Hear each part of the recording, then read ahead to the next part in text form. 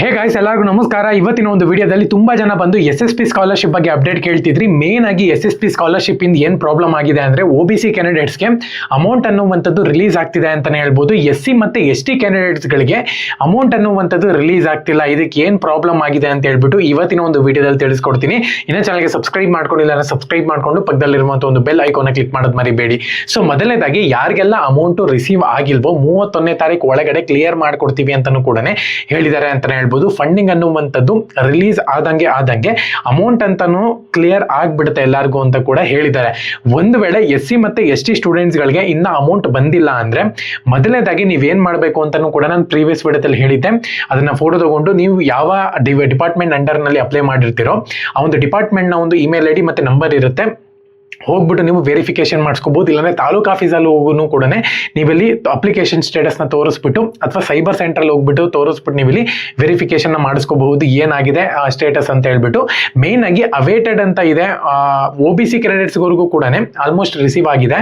ಮತ್ತೆ SC ST ಕ್ಯಾಂಡಿಡೇಟ್ಸ್ಗಳಿಗೆ 8,000 ಇದ್ರೆ 4,000 ಬರೋದು, ಏನೋ 15,000 ಇದ್ರೆ 7,500 ಬರೋದು. ಸೊ ಈ ತರ ಅರ್ಧ ಅಮೌಂಟ್ ಬರ್ತಿದೆ.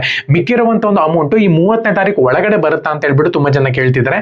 ಹೌದು, ಖಂಡಿತವಾಗ್ಲೂ ಕೂಡ 31ನೇ ತಾರೀಕು ಒಳಗಡೆ ಬರುತ್ತೆ. ಬಟ್ ಸದ್ಯದ ಮಟ್ಟಿಗೆ ನೋಡ್ಕೊಳ್ಳೋದಾದ್ರೆ January 31st ಒಳಗಡೆ ಕ್ಲಿಯರ್ ಮಾಡ್ಕೊಡ್ತೀವಿ ಅಂತಾನು ಕೂಡ ಹೇಳಿದ್ರೆ, ಕ್ಲಿಯರ್ ಮಾಡ್ಕೊಟ್ಟಿಲ್ಲ ಅಂದ್ರೆ ನೀವು ಇದನ್ನ ಏನು ತಾಲೂಕು ಆಫೀಸಲ್ಲಿ ಹೋಗ್ಬಿಟ್ಟು ವೆರಿಫಿಕೇಶನ್ ಮಾಡಿಸೋದು ಅಥವಾ DDPO ಆಫೀಸ್ಗೆ ಹೋಗ್ಬಿಟ್ಟು ನೀವು ವೆರಿಫಿಕೇಶನ್ ಮಾಡಿಸುವಂಥದ್ದು ಮತ್ತೆ ಸ್ಕ್ರೀನ್ ಶಾಟ್ ನ ತಗೊಂಡು ಅವರಿಗೆ ಮೇಲ್ ID ಮಾಡ್ಬೋದು, ಕಾಲ್ ಮಾಡಿನೂ ಕೂಡ ನೀವು ಅವರಿಗೆ ಕೇಳಬಹುದು. ಸೊ ಈ ತರ ಒಂದು ಪ್ರೊಸೆಸ್ ಇರುತ್ತೆ ಅಂತ ಹೇಳ್ಬೋದು. ಇದ್ ಬಿಟ್ಟು ನಾವ್ ಏನು ಮಾಡೋಕ್ಕಾಗಲ್ಲ.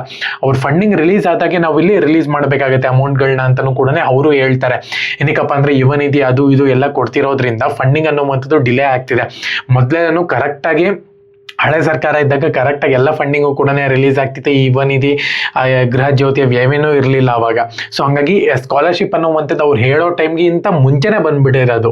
ಸೊ ಹಂಗಾಗಿ ಈ ತರ ಪ್ರಾಬ್ಲಮ್ ಆಗ್ತಿರೋದ್ರಿಂದ 2024 ಮತ್ತೆ 25 ಯಾರೆಲ್ಲ ಸ್ಕಾಲರ್ಶಿಪ್ಗೆ ಅಪ್ಲೈ ಮಾಡಿದಿರೋ ಅಮೌಂಟ್ ಅನ್ನುವಂಥದ್ದು ರಿಸೀವ್ ಆಗ್ತಿದೆ ಅಂತಾನೆ ಹೇಳ್ಬೋದು. ತಲೆ ಕೆಡ್ಸ್ಕೊಳ್ಳುವಂತ ಒಂದು ಅವಶ್ಯಕತೆ ಇಲ್ಲ. ಯಾರೆಲ್ಲ ಇವಾಗ ಡೇಟ್ ಅನ್ನುವಂಥದ್ದು ಕೂಡ ಎಕ್ಸ್ಟೆಂಡ್ ಮಾಡಿದ್ದಾರೆ 31ನೇ ತಾರೀಕು ತನಕ ಕೂಡ. ಯಾರೆಲ್ಲ ಇನ್ನೂ ಅಪ್ಲೈ ಮಾಡಿಲ್ವೋ ದಯವಿಟ್ಟು ಅಪ್ಲೈ ಮಾಡ್ಕೊಂಬಿಡಿ. ಮತ್ತೆ ಅವ್ರು ಎಕ್ಸ್ಟೆಂಡ್ ಮಾಡ್ತಾರೋ ಇಲ್ವೋ ಅಂತಾನು ಕೂಡ ಗೊತ್ತಿಲ್ಲ. ಯಾರೆಲ್ಲ ಈ ವರ್ಷ ಅಪ್ಲೈ ಮಾಡಿದಿರೋ ಸೊ ಅವ್ರಿಗೆ ಸ್ವಲ್ಪ ಡಿಲೇ ಆಗ್ತಿದೆ ಅಂತಾನೆ ಹೇಳ್ಬೋದು. ನೋಡೋಣ ಅಂತ ಯಾವಾಗ ಅಮೌಂಟ್ ಅನ್ನುವಂಥದ್ದು ಅವರು ಕಂಪ್ಲೀಟ್ ಆಗಿ ಫಂಡಿಂಗ್ ಅನ್ನುವಂಥದ್ದು ರಿಲೀಸ್ ಆದಾಗ ಇವರು ಈ ಡಿಪಾರ್ಟ್ಮೆಂಟ್ ಅಂಡರ್ ನಲ್ಲಿ ಫಂಡಿಂಗ್ ಬಂದಾಗ ಇವ್ರು ರಿಲೀಸ್ ಮಾಡಕ್ ಈಸಿ ಆಗುತ್ತೆ. ಅವರೇ ಇನ್ನ ಬಿಟ್ಟಿಲ್ಲ. ಸೊ ಹಂಗಾಗಿ ಇವ್ರ ಹೆಂಗ್ ಡಿಸ್ಟ್ರಿಬ್ಯೂಷನ್ ಮಾಡಕ್ಕಾಗತ್ತೆ. ಸೊ ಹಂಗಾಗಿ ಎಲ್ಲ ಡಿಪಾರ್ಟ್ಮೆಂಟ್ ಅಂಡರ್ನು ಕೂಡ ಕೆಲಸ ಮಾಡ್ತಿರುವಂಥದ್ದು ಫಂಡಿಂಗ್ ಮೇಲೆನೆ. ಫಂಡಿಂಗ್ ಗೌರ್ಮೆಂಟ್ ಕಡೆಯಿಂದ ಬಂದಿದ ತಕ್ಷಣ ನಿಮ್ಗೆ ಇಲ್ಲಿ ಬಿಡ್ತಾರೆ. ಮತ್ತೆ ವಿದ್ಯಾಸಿರಿ ಅಮೌಂಟ್ ಕೂಡ ತುಂಬಾ ಜನಕ್ಕೆ ಅವಾಗಲೇ ಬರ್ತಿದೆ. ವಿದ್ಯಾಸಿರಿ ಯಾರು ಕೇಳ್ತಿಲ್ಲ. ಏನಕ್ಕಪ್ಪ ಅಂದ್ರೆ ಅದು ಆನ್ ಟೈಮ್ ಬಂದ್ಬಿಡುತ್ತೆ. ಏನ್ 15,000 ಅದು ಕ್ರೆಡಿಟ್ ಮಾಡ್ತೀವಿ ಅಂತ ಹೇಳಿದ್ರೆ ಅದು ಆಲ್ಮೋಸ್ಟ್ ಎಲ್ಲರಿಗೂ ಕೂಡ 15,000 ರೂಪಾಯಿನೇ ಕ್ರೆಡಿಟ್ ಆಗಿದೆ.